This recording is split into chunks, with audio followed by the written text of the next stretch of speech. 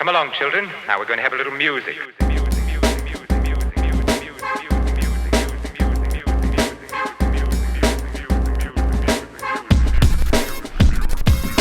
Yo, what is up, guys? Welcome back to First Cut. This is our spoiler review of Ava DuVernay's new film, Origin. I am here with RB3 to break it all down.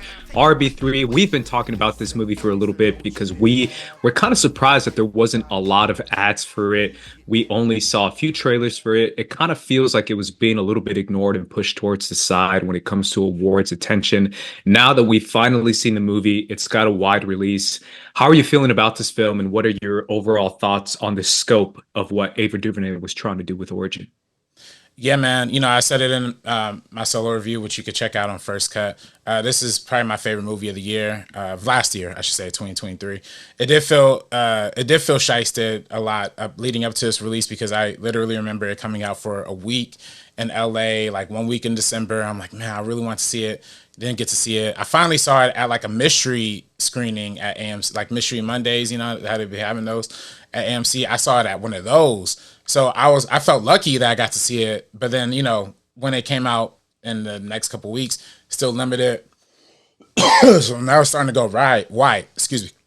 And I love it, man. I love it. I remember when I saw the film the first time around, the crowd was emotionally wrecked by the end of it. I mean, there were some people who were walking out of it. I heard, you know, no disrespect, but like I heard a couple younger white women really enamored by it, which I was too enamored by it, like as a black man. So I'm like, wow, this movie must have really spoke to a lot of different people. And what I will say is, even though this movie hasn't done like the most enormous box office yet, you know, it hasn't hit like super wide. It's only in like 600 theaters.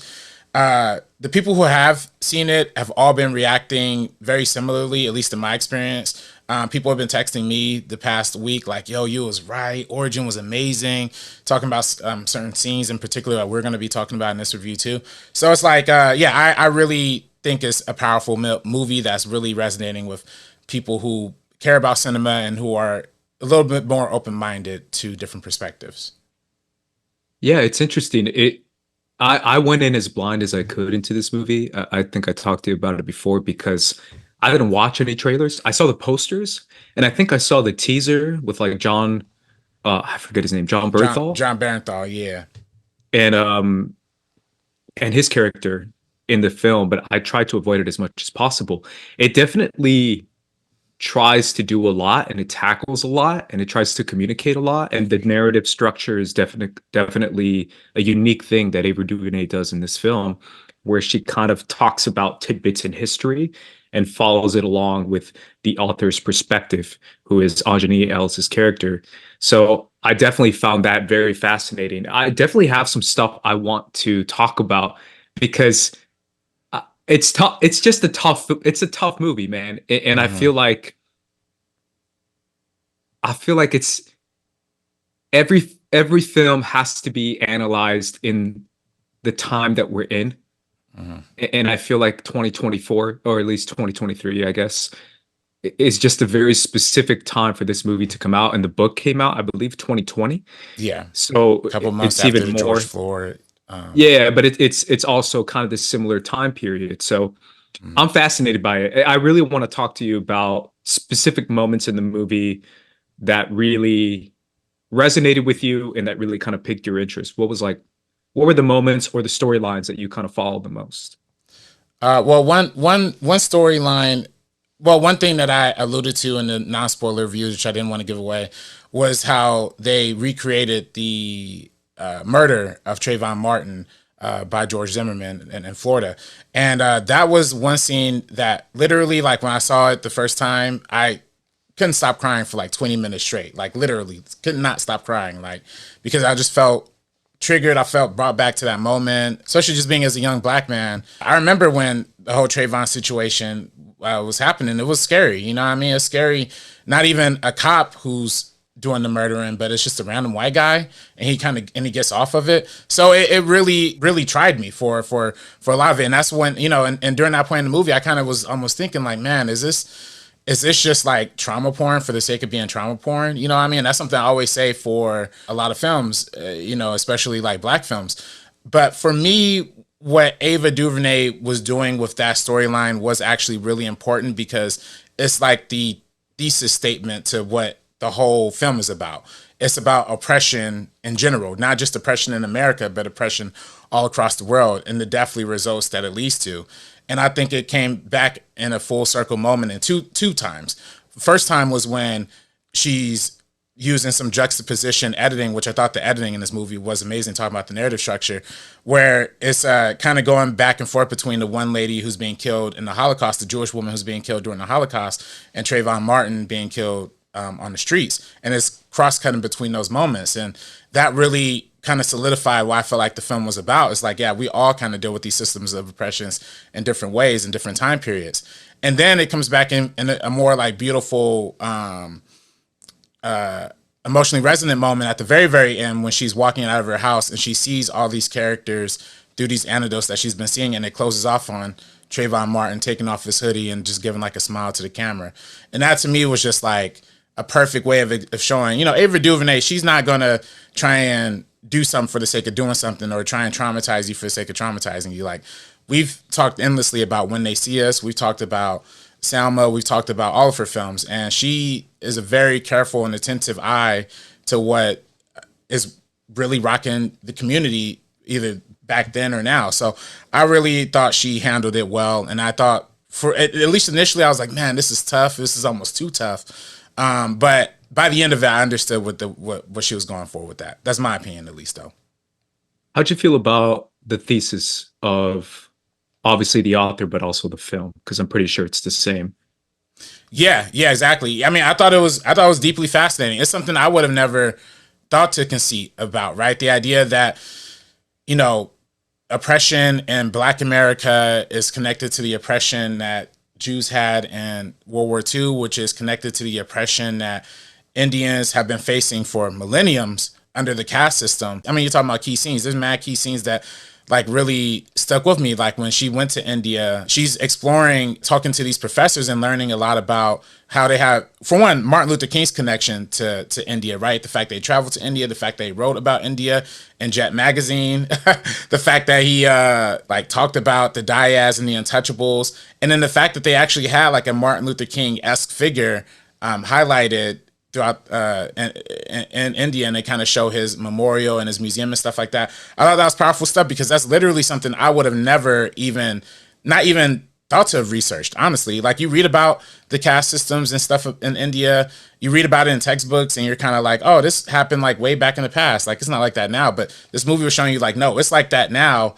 And it's like that, you know, there's so much caste and so much oppression in India that dudes literally have to get in these like toilet holes and clean the poop out, like, as their job. Like, that's their profession. And it's like, wow, this is it was deep, man. It was deep. And I thought the way they handled it, I thought the cinematography from, I believe his name was Matthew. I have to get the cinematographer's name, but I thought the cinematography was wonderful throughout a lot of those parts, especially when she's just in America and it's like a lot of tight shots, a lot of uncomfortable feeling shots, because you can kind of feel her uncomfort kind of unpacking the situation. But as she goes more worldwide and she starts exploring these themes, like the camera gets more wide, the shots get more angelic and full, and it's just really great, man. It's just great filmmaking all the way through and through.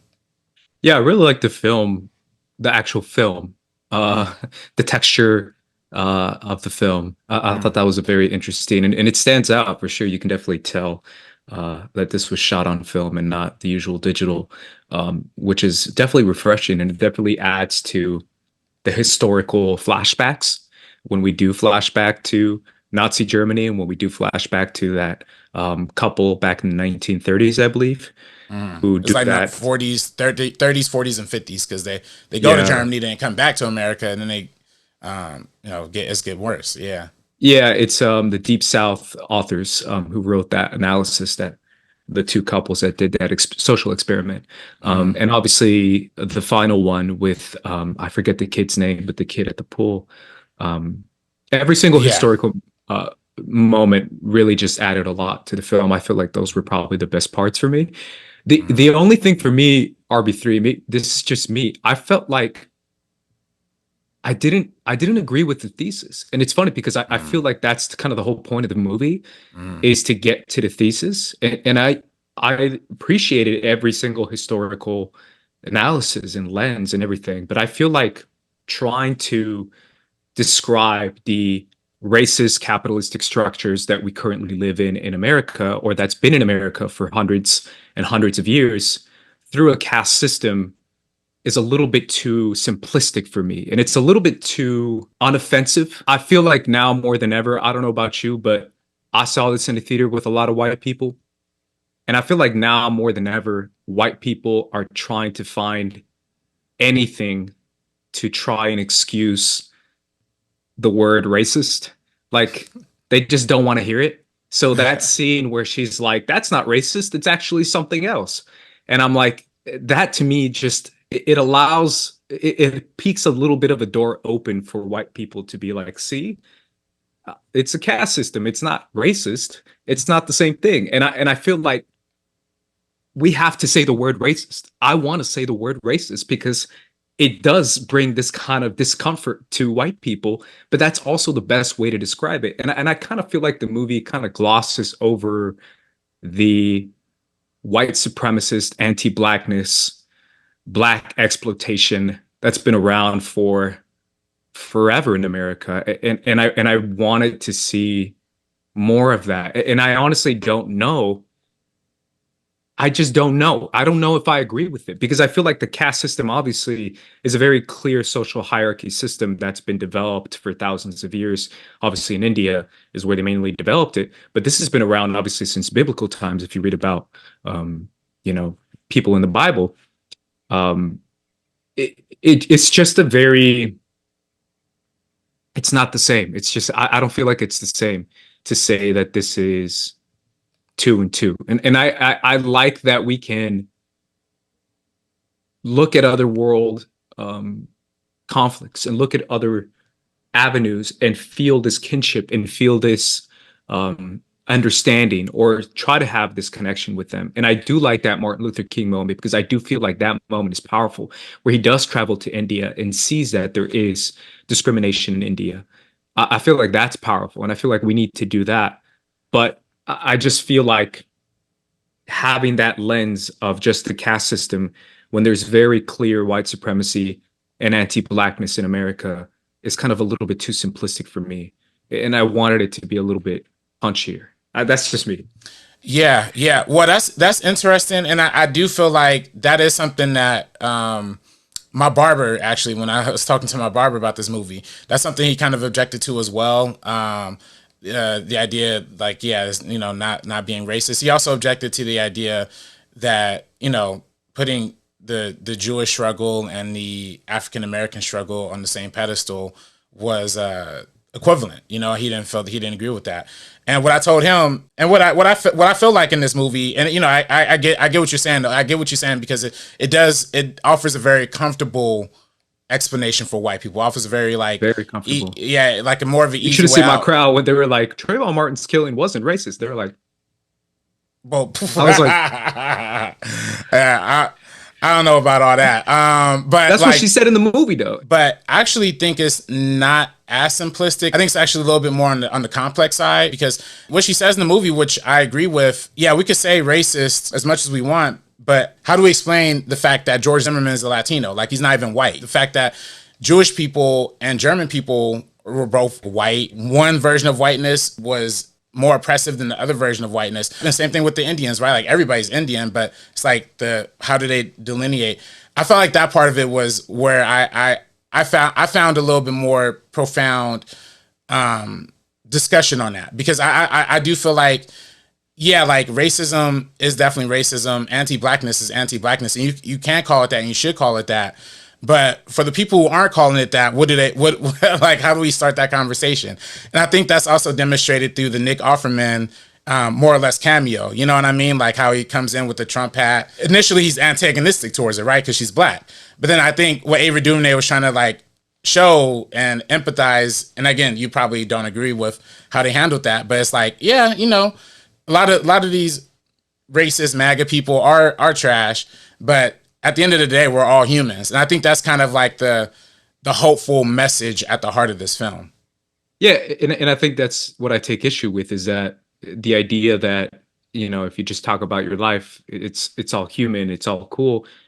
But in reality, a lot of those people are currently trying to kill us and trying. I mean, you just heard in the news about a week ago, or I don't know how many days ago, they're running to the border. They Yeah. want to shoot as many Mexicans as they can. Does that seem like someone to you that cares that their family is struggling back home in Mexico, or that they have a child with them trying to cross the border, or that their mother is dying and they need to give them medicine, or they're being chased by cartels? Do they care? No, they don't. So they do view us as scum. They do view us as garbage, and they do view us as not human. And to me, that it just glosses over this idea of like that scene where she's explaining the plantation owners and how plantation owners, would a plantation owner allow someone they thought were garbage to handle their babies? And her conclusion was no, right? I disagree. I disagree 100%.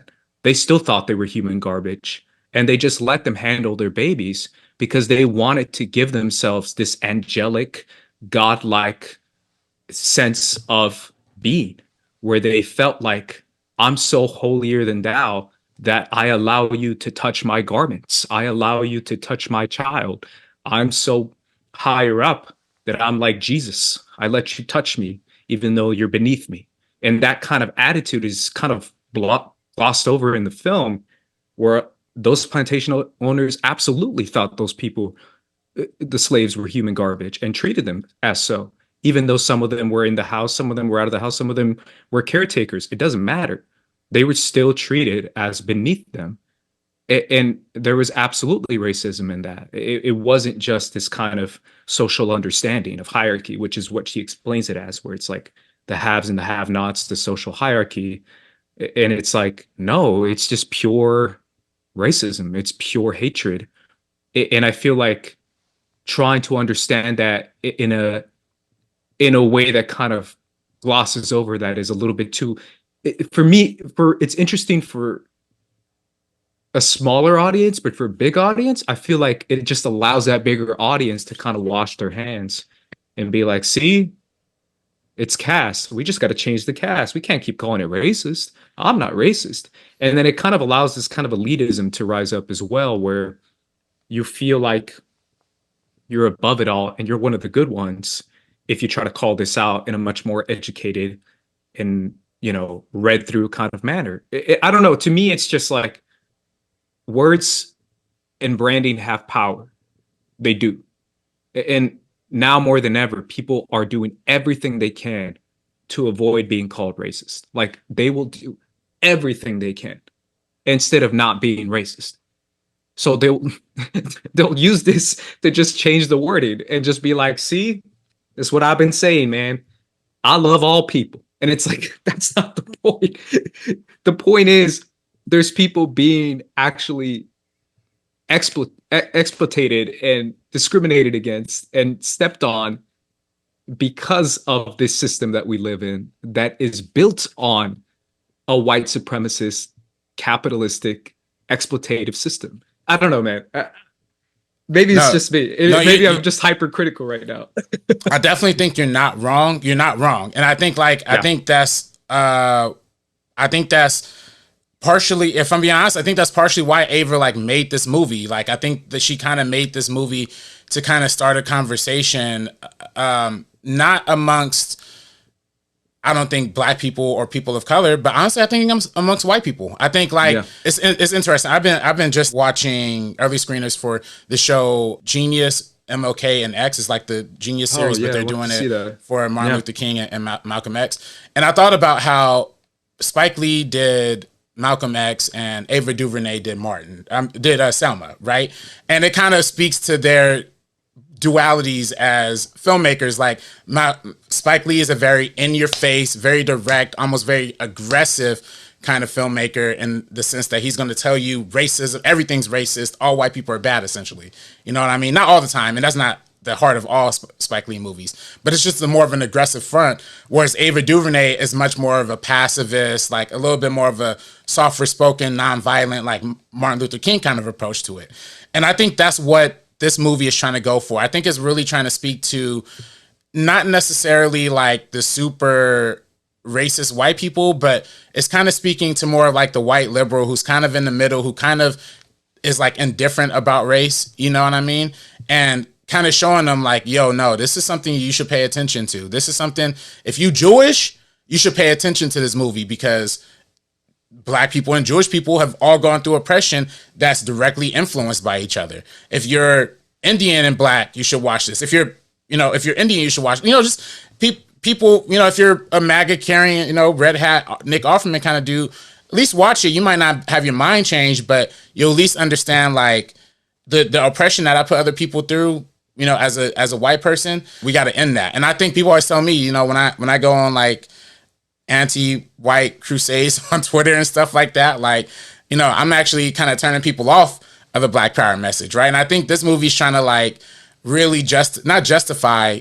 I think it's just trying to explain like, yo, like this is real. This is real. This whole system of caste, of oppression, of racism affects even the super college educated Black woman who's married to a white guy. You know what I mean? Like she should be the definition of somebody who like overcame the systematic oppressions and has a beautiful life and beautiful career and family, and living with a white dude. But she still faces oppression. She still faces racism, casual racism, from in their day-to-day life. So I thought it was just interesting how they broke that down. I thought that was something. Again, it's something that is easier for white audiences to digest, but also necessary. Yeah. And I think it's necessary because of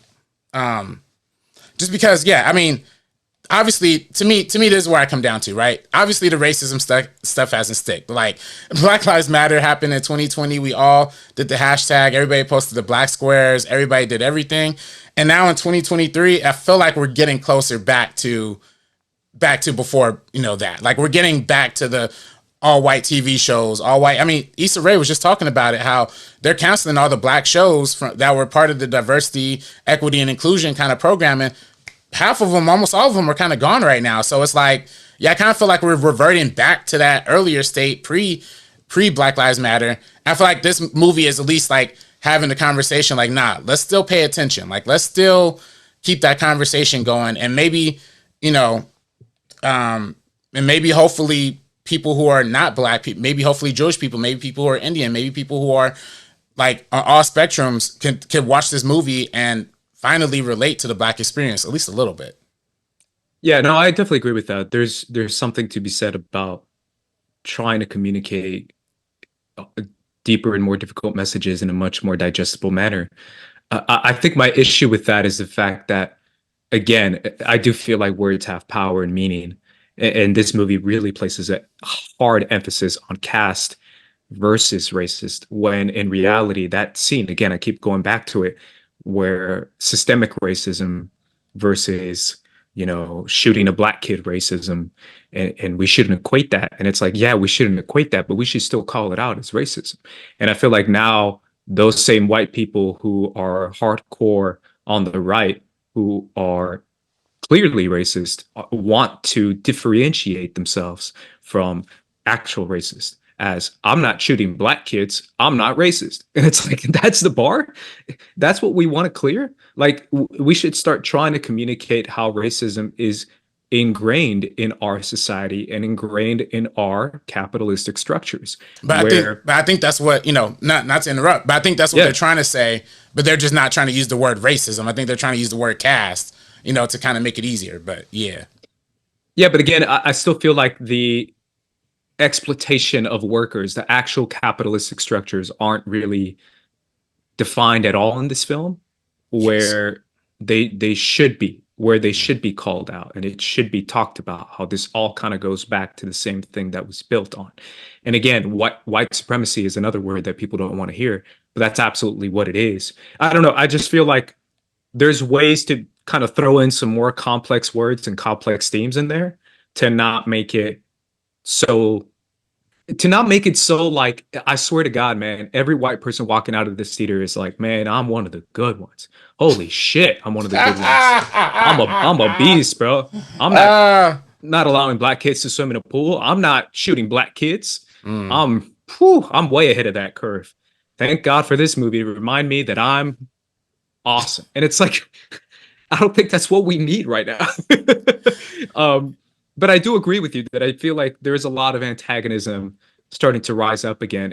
And the problem is there's so much infighting with everyone else that they're kind of ignoring the rise of this antagonistic kind of attitude that's been rising quite a bit, that this film tries to kind of push down and try to say, hey, we're all humans.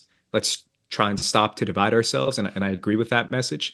I just feel like the thesis of the message, where we can all kind of correlate back to caste, something that's been around for thousands of years, something that's integral to India, doesn't really match up to what we're currently facing in the global structure, and in specifically the US structure of capitalistic white supremacist structures versus the caste system. And again, the Nazi Germany stuff is very interesting, and I actually kind of found it very interesting how they talk about the type of differentiation of white people, where they're still white, but they're different enough to where you could be like, hey, they're gaining too much power with their art, with their media, with whatever their books. I think they said their intellectualism. Yeah. And we have to shoot that down. So we have to find this differentiating factor, and it's not as clear as black and white.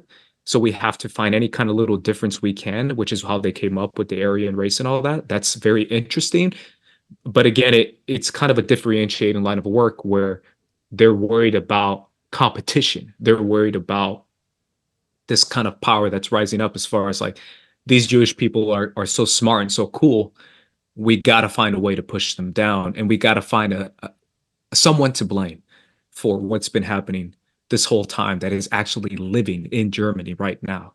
And, you know, the black population in Germany wasn't really that much of a thing. So that's why they kind of turned to the Jewish population. It's very interesting. But again, I don't feel like that equates exactly to what's happening. Not to say that one is worse, this one's not worse, the other one's not worse. I just feel like it doesn't fully equate. Well, that's what I think is the most interesting part about the film, because I actually don't think it's even equating the Jewish struggle and the black struggle.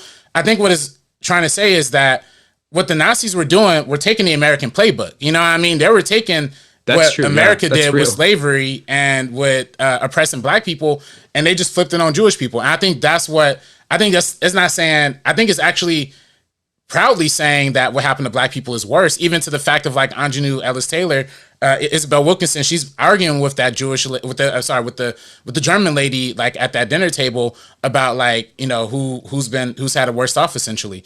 And yeah, at the end of that conversation, I mean, I think anybody would come away with like Miss Wilkerson's perspective of it being more accurate, because yeah, the movie shows you the German Nazi people talking about taking what American slavery was doing and putting it on the Jewish. And same thing with the caste system too. It's kind of showing like it's deeper than just like, it's generational. Like, I think that's what really helps with the caste system angle of it, relating that to the black struggle. It's like, how generational are these struggles ingrained into us, all the way back to when the slave ships started bringing us over to the country in like the 1600s.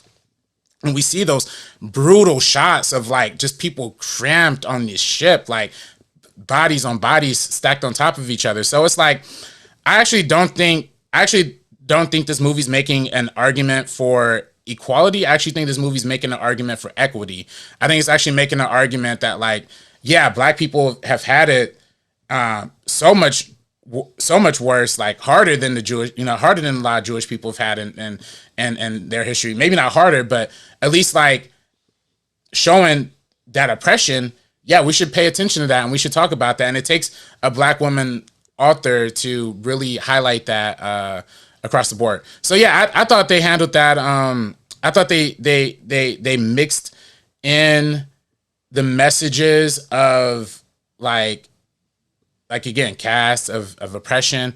I thought they managed to I thought they did an impressive job showing you that they all derive from similar places, but they all affect people differently, and what's happening in Black America is still affecting us to this day. Like, I think it's such an interesting parallel showing what's happening in like sundown towns in like 1940s, 1950s America, and also showing what's happening with Trayvon Martin today. Like, it's just showing like this is something that has been going on forever, and and it hasn't stopped yet. Jim Crow just hasn't stopped it yet.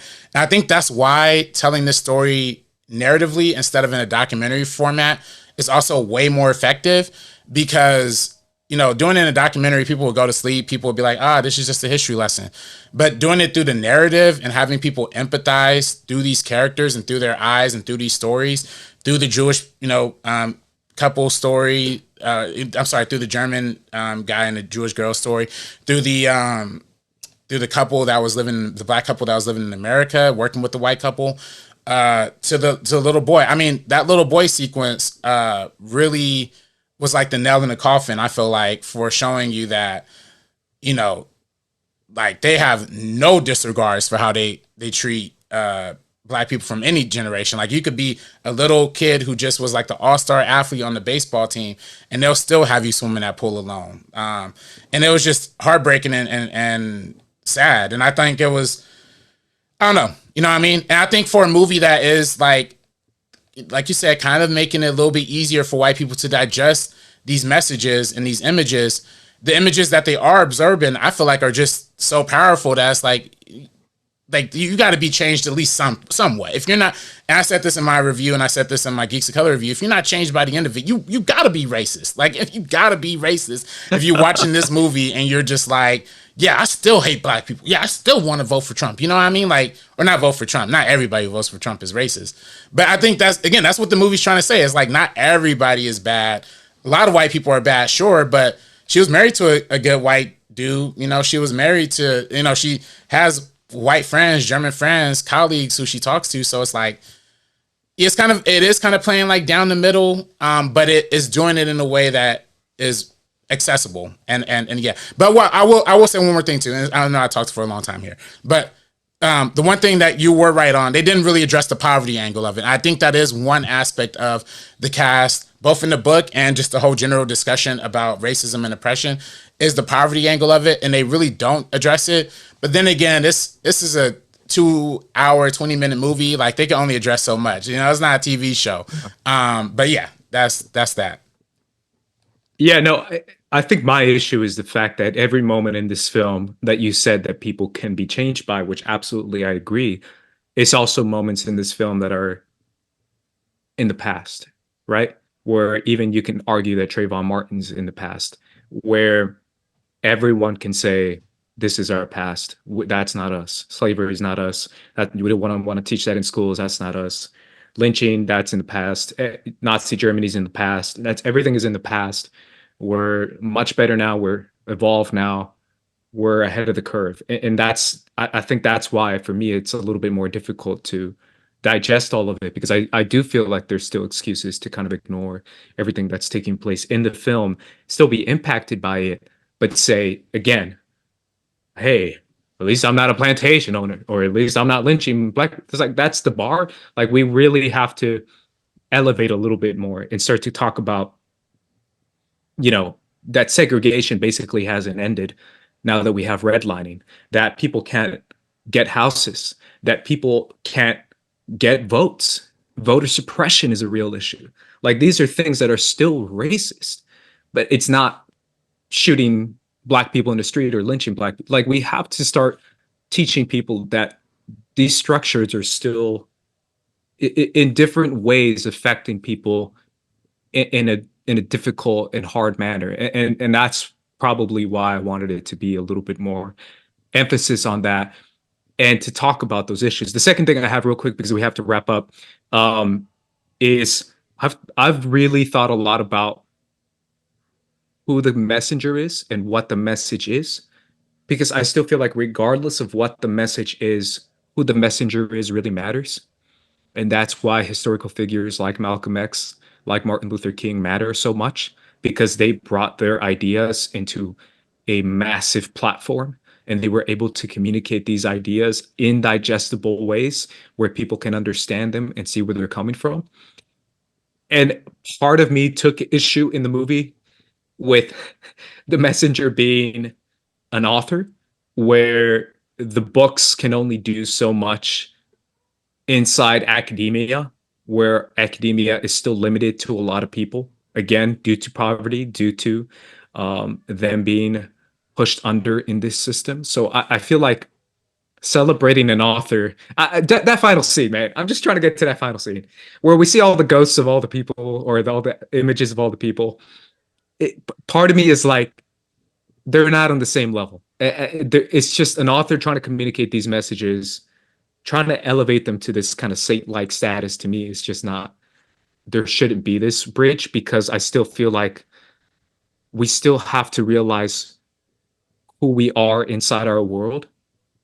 And if our world is communicating these types of ideas inside of a manner that can only be selected through this highly expensive Ivy League course, then are we really, know what I mean? The book's are we really communicating these ideas? No, well, it's not a course. It's a book that is like $20. I mean, so it's like, it's the price of a movie ticket, you know what I mean? So it's like, but are we really accessing these ideas to layman manners? Are people from all over the world, or are people from all over poverty lines accessing this book? I don't feel like it. Well, no, they're not going to access the book, but that's why that's why to me this movie is more than vital, because most people aren't going to read the book, but they are going to watch a movie. And then most people aren't going to watch a documentary about this either. Like, if they made a documentary adaptation of this book, they're not going to watch the documentary, but they are going to watch the movie. But the irony is that the movie is not. Probably more people have read the book than watched the movie. Well, yeah, because of how it's being suppressed and how it's being, basically under marketed. Well, right now, but I think like the long term. I mean, movies live a long time after like their initial release, and I think the long term ramifications of this movie being accessible, probably on streaming one day, will end up getting into people's households. Will end up driving that conversation, because when the book came out, it did end up driving the conversation. It did end up selling. It was like a New York Times bestseller. So like, and I even have seen quite a few YouTube videos reference the book, even before I saw this movie, reference the book as like part of their analysis or breakdowns and stuff. So like, people care about this book, people care about this story, people care about seeing this story. Of course, like, this movie hasn't been fully marketed and put out in the way that does that. But the fact of the matter is, film is the most accessible art form in general, point blank period. So more people watch movies. Arguably TV shows are a little bit more popular, but more people watch movies than read read books or look at paintings or do all that other stuff. So like, this is the most viable means of telling that message to everybody on every level, especially when it gets to streaming. But I also think the benefit of doing this movie too, the way they did it as a fictional adaptation of this book, was just also allowed the narrative structure to be so much more complex, so much more enriching, so much more dynamic, other than just telling like a straight up like, if like, there's a way you could have done this movie as like a series of short films, for example, like a bunch of different anecdotes. Like I said, there's a way you could have done this movie as a documentary with reenactments, but doing it with characters, with humanity, with care and sympathy, really, I think makes it connectable for a lot of people. And I feel like, again, like when I saw it the first time, Black people and white people were all, by the end of it, just like raving, enamored by it. So, and I hope if they are raving about it, they saw the message and they saw the change and they saw what the story was trying to say, and hopefully not like use it to justify racism. But I mean, honestly, like, again, my problem with Zootopia. Zootopia does that exact thing. Like, Zootopia is a movie that like acts like it's not racist, but then like at the heart of hearts of it, it could easily be racist if you really think about it. At least with this movie, like, it's very decisively telling you like, there is a problem, there is oppression, there is caste, and it's universal, it's worldwide. It may not be like saying like, and as a result, Black people should get reparations, and it's not going to like the extra super level of it. But then again, I think the movie would have been more alienated and would have been more marginalized if it went to that level. So I think like the story that's telling, the complexity that's telling it in, and the beauty of the filmmaking on top of it, just to me makes it, to me one of the better films I've seen in a long time. And I think like, I mean, I actually, I think that's just where our disagreement is. Like, I actually think the premise of it is really smart and like getting at something deep. You know, that's me. That's my opinion though. But like, I see if you just think the premise of it, if you just think the idea of this kind of interconnectivity of Caste is not up your alley and not up your lane, then yeah, I mean, I can see why, you know, it's not as favorable. Yeah, I think that's what it is, man. The ideas, the historical moments in the film all kind of do interconnect. I just feel like there's not enough there to kind of make it all interconnect inside of Caste. Again, race is a made up construct, right? But it doesn't mean it doesn't have impact. It doesn't mean there doesn't have actual stuff that goes on with race where people use that to justify anything. And I feel like to ignore that is to ignore just the way we run inside this world. I don't know. The last thing I want to end with is an article from the Boston Review that talked about the book Origin by Charisse Burden-Stelly, where she says class does not explain race. And she says that caste does not explain race. My bad. Caste dismissal of any analysis of racial capitalism and descriptive assessment of caste instead offers a decontextualized, ahistorical, inaccurate description of racial antagonism, caste, and class. Wilkerson's emphasis on caste makes no mention, let alone critique, of capitalism. The word does not appear once in the text. This is something to me that if there was a better through line or was a better connection, then I think I would have appreciated it more. But again, trying to communicate these terms and trying to communicate these ideas to a wide audience is a very difficult thing to do. It's just a tough balance because, again, you're trying to be as wide as you can, cast the widest net, but also at the same time, trying to communicate these messages that seem so large and so big inside our world. So I totally get it. RB3, any final thoughts? I mean, speaking to that point, I mean, if the book not mentioning poverty or capitalism, that is a subsect of it. I think what my thing is, I don't think it's like ignoring race. I don't think it's like trying to say race doesn't exist or race isn't a factor. I think what the movie and the book is trying to do is just add to the conversation, like make it so that people who are, because, like you and I are not scared to say racist, but a lot of people are. Like literally when I submit my review for Geeks of Color, they literally took out the word racist. So like, it's just something that offends people. And it's just so, I think that this movie doing the job, and the book doing the job of like looking just a level deeper and getting like those non-believers involved, non-believers, like basically people who are like non-believers in racism, getting them converted, getting them baptized. And final comment, Aunjanue Ellis-Taylor is my favorite performance of this year, hands down. Seeing the amount of grief that she went through the story, we didn't really talk about the personal angle of it, but to me those scenes were absolutely heart-wrenching. Seeing her lose Jon Bernthal and her mother like in those scenes back to back was heart-wrenching. I thought the beautiful portrayal of the leaves falling in the black silhouetted background was heart-wrenching as well. And then seeing Niecy Nash-Betts be like her kind of like her normal, she literally tells her like at one point like speak normal English, put it in plain English, and seeing her kind of like have that like normie kind of sensitivity to everything that's happening in the story just added, and again, another level to it. And I think, academia, like people who are, book readers and stuff, like they read the book, they consumed the book, they have it. Now, hopefully everybody is able to at least consume the movie and at least keep an open mind to it. And hopefully, get some changed ideas about it overall. So that's how I kind of feel about it. Absolutely. And you guys can find us right here at First Cut for more reviews and more videos. You can follow us at First Cut TMO. You can follow me at Squad Leader Race, RB3. You can follow me on Twitter and Instagram at Director RB3. Either way, guys, for the First Cut crew, we're going to be peacing out. So peace, deuces. It's either me or you. It's either me or you. You do the math. Only one can remain.